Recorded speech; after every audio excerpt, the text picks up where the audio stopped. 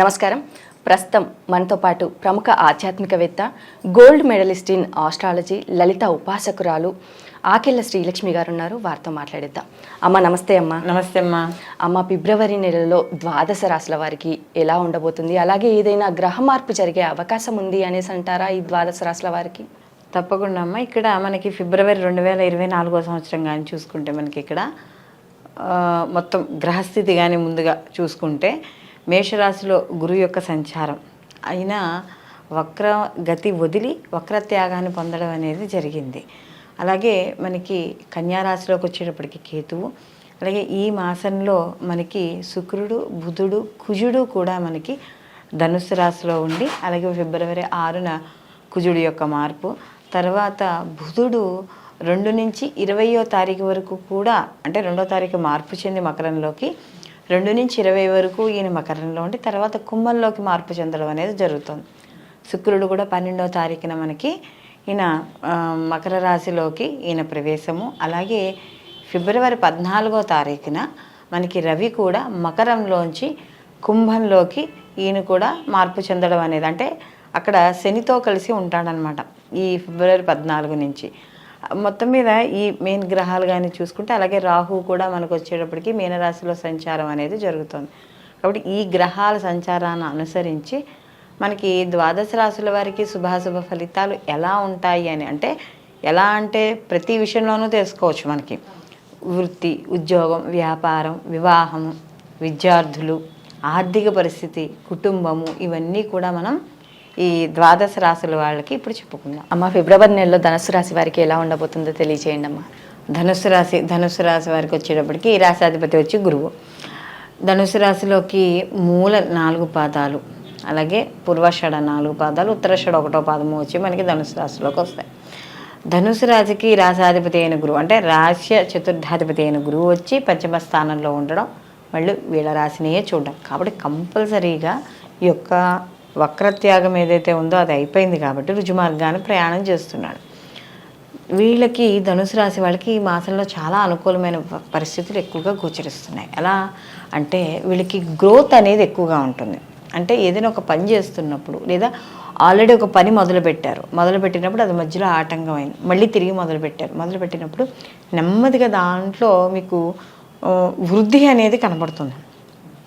అలాగే ఈ ధనుసు రాశి వాళ్ళకి పంచమ స్థానంలో వీళ్ళకి గురువు యొక్క సంచారం, అంటే పంచమ స్థానము అనేటప్పటికి మనం ఏం చెప్తామంటే తెలివితేటలు, క్రియేటివిటీ, సంతానము, ఇవన్నీ కూడా చెప్తాం. అంటే కాబట్టి ఈ గురువు ఉన్నాడు కాబట్టి ఆ స్థానంలో సంతానపరంగా శుభవార్తలు వినడం, అంటే వాళ్ళ వివాహం కావచ్చు, విద్య కావచ్చు, ఉద్యోగం కావచ్చు, ఏదైనా సరే వాళ్ళు చదువు కావచ్చు, అన్ని విషయాల్లో కూడా మంచి వృద్ధి అనేది వాళ్ళు పొందడం అనేది జరుగుతుంది.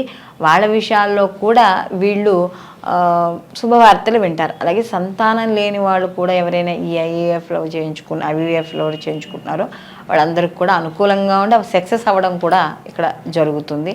లేదా నార్మల్గా సంతానం కావాలనుకున్న వాళ్ళకు కూడా వంశాభివృద్ధి ఇలాంటివి కూడా జరిగే అవకాశం అనేది మనకి ఇక్కడ కనబడుతోంది. అలాగే ముఖ్యంగా ఇక్కడ ప్రేమ వ్యవహారాలకు సంబంధించి వాటిల్లో కూడా చాలా అనుకూలంగా ఉండడం అనేది జరుగుతోంది.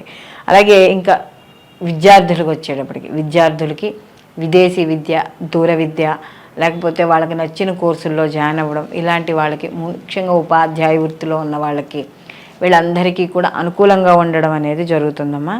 అలాగే ఎవరైతే విదేశాల్లో మేము చదువుకోవాలని అనుకుంటున్నారో, లేదా చదువుకున్న వాళ్ళకి ఉద్యోగాలు రావడం, ఇలాంటివన్నీ కూడా మనకి ఈ యొక్క ధనుస్సు రాశి వాళ్ళకి కనబడుతోంది. మరి వీరికి ఆర్థికంగా ఎలా ఉండబోతుంది? ఆర్థికపరమైన విషయాల్లో వీళ్ళకి అనుకూలంగా ఉంటుందమ్మా వీళ్ళకి. ఎందుకంటే కుజుడు వీళ్ళకి జన్మలో ఉన్న కుజుడు వీళ్ళకి ద్వితీయంలోకి మార్పు చెందుతాడు. ద్వితీయంలోకి మార్పు చెంది ఉచ్చస్థితిని పొందుతాడు. కానీ ఎప్పుడైతే ఉచ్చస్థితిని పొందాడో అప్పుడు కొంచెం వ్యవహారపరంగా మాట్లాడే విషయాల్లో జాగ్రత్త అనేది వహించాలి. అయితే ఇప్పుడు ద్వితీయార్థంలో రవి ఎప్పుడైతే మార్పు చెందుతాడు, ఎందుకంటే వీళ్ళకి రవి శనులు ఒకే ఇంట్లో ఉన్నా కూడా వీళ్ళకి ద్వితీయార్థంలో 2 స్థానాలు, ఆ స్థానాలు వ్యక్తిగతంగా మంచివే, ఎందుకంటే తృతీయ స్థానంలో పాపగ్రహాలు మంచివే కాబట్టి అందులో ధనుస్సు రాశి వాళ్ళకి రవి శని విడివిడిగా మాత్రం శుభ ఫలితాలనే ఇవ్వడం అనేది జరుగుతుంది. అలాగే ముఖ్యంగా కమ్యూనికేషన్ రంగాల్లో కావాలనుకుంటారు ఎవరైతే ఉన్నారో వాళ్ళందరికీ కూడా అనుకూలమైన ఫలితాలు గోచరిస్తున్నాయి. ముఖ్యంగా ఉద్యోగస్తులు, ఉద్యోగాల్లో మార్పులు లేదా ఉద్యోగాలు వాళ్ళకి నచ్చిన ఉద్యోగాల కోసం ప్రయత్నిస్తూ ఉంటారు. అలాంటి ఉద్యోగం ప్రయత్నాలు చేసే వాళ్ళకి వీళ్ళందరికీ కూడా అనుకూలంగా ఉంటుంది. వాళ్ళు ఎక్కడైతే ప్రమోషన్లు కానీ వాళ్ళు ఎక్కడైతే ట్రాన్స్ఫర్లు కానీ ఇలాంటివి కోరుకుంటున్నారో అంటే అలాంటివి కూడా వీళ్ళు పొందడం అనేది జరుగుతుందమ్మా. మరి అలాగే అమ్మ రాజకీయ నాయకులకు ఎలా ఉంది? రాజకీయ నాయకులకు కూడా చాలా అనుకూలంగా ఉంది. దీంతోపాటు సినీ కళారంగాల్లో ఉన్న వాళ్ళకి, క్రియేటివిటీ రంగాల్లో ఉన్న వాళ్ళు వీళ్ళందరికీ కూడా అనుకూలమైన ఫలితాలు గోచరిస్తున్నాయి. సమాజపరంగా వీళ్ళ కీర్తి గౌరవాలు పెరుగుతాయి. ఎవరైతే ఒక ఐడెంటిటీ కావాలనుకుంటున్నారు, కీర్తి ప్రతిష్టలు, గౌరవము ఇవన్నీ ఎవరైతే కోరుకుంటున్నారో వాళ్ళందరికీ వాళ్ళు చేసే వృత్తి, ఉద్యోగ, వ్యాపారాల పరంగా మాత్రం తప్పకుండా పొందడం అనేది జరుగుతుందమ్మా. ఆరోగ్యపరంగా ఎలాంటి సమస్యలు ఎదుర్కొనే ఆరోగ్య విషయాల్లో కూడా వీళ్ళకి అనుకూలంగానే ఉంటుంది. పెద్దగా చెప్పుకునే మార్పులు అంటూ ఏమీ ఉండవు.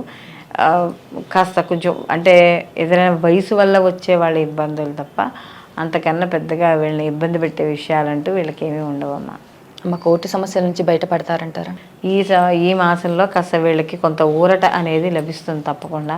ఎందుకంటే ఏదో ఒక రకంగా ఎంతో కొంత వీళ్ళు లాభాన్ని పొందడం అనేది జరుగుతుంది. అయితే కొంతకాలంగా ఏదైతే ఏవైనా కోర్టు సమస్యలు కావచ్చు, లేదా భూముల్లో విషయాలు కావచ్చు, కోర్టు వరకు వెళ్ళక్కల మామూలుగా ఇంట్లో ఉండేవి గొడవలు ఉంటాయి కుటుంబంలో, అవి కూడా ఒక రాజీకి రావడం అనేది జరుగుతుందమ్మా ఖచ్చితంగా.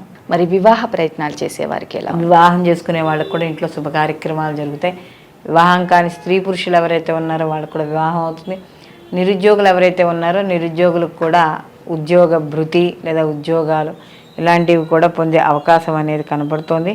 ముఖ్యంగా వీళ్ళకి రాజకీయ పరంగా ఇందాక మనం మాట్లాడుకున్నప్పుడు ఏవైతే పదవుల కోసం ఆశిస్తున్నారో వాళ్ళకి మాత్రం మంచి అనుకూలంగా ఉంటుంది. అలాగే రాజకీయ రంగాల్లో ఎవరైతే ఈ వ్యాపారాలు చేస్తుంటారో అటు రాజకీయ పరంగా చూసుకుంటూ వాళ్ళు ప్రైవేట్గా వ్యాపారాలు చేస్తూ ఉంటారు కదా, వాళ్ళకు కూడా మంచి అనుకూలత అనేది ఉంటుందమ్మా. అమ్మ మరి ఎలాంటి వ్యాపారాలు చేయొచ్చు అంటారు వీళ్ళు అంటే ఈ ప్రత్యేకంగా వీళ్ళు మాత్రం ఎక్కువగా ఈ బుధుడికి సంబంధించి అంటే స్టేషనరీ అంటే వీళ్ళకి సప్తమాధిపతి వచ్చేటప్పటికి బుధుడు అవుతాడు కాబట్టి ఏదైనా స్టేషనరీ వ్యాపారాలు అలాంటి వాళ్ళు చేస్తున్న వాళ్ళకి కాస్త అనుకూలంగా ఉంటుంది. ముఖ్యంగా ఈ జ్యోతిష్యము, ఈ గణిత శాస్త్రము ఇలాంటివి నేర్చుకుంటున్న వాళ్ళు, చెప్తున్న వాళ్ళు, ట్యూటోరియల్స్ కింద నడుపుతున్న వాళ్ళు వీళ్ళందరికీ కూడా అనుకూలంగా ఉండడం అనేది జరుగుతుందమ్మా.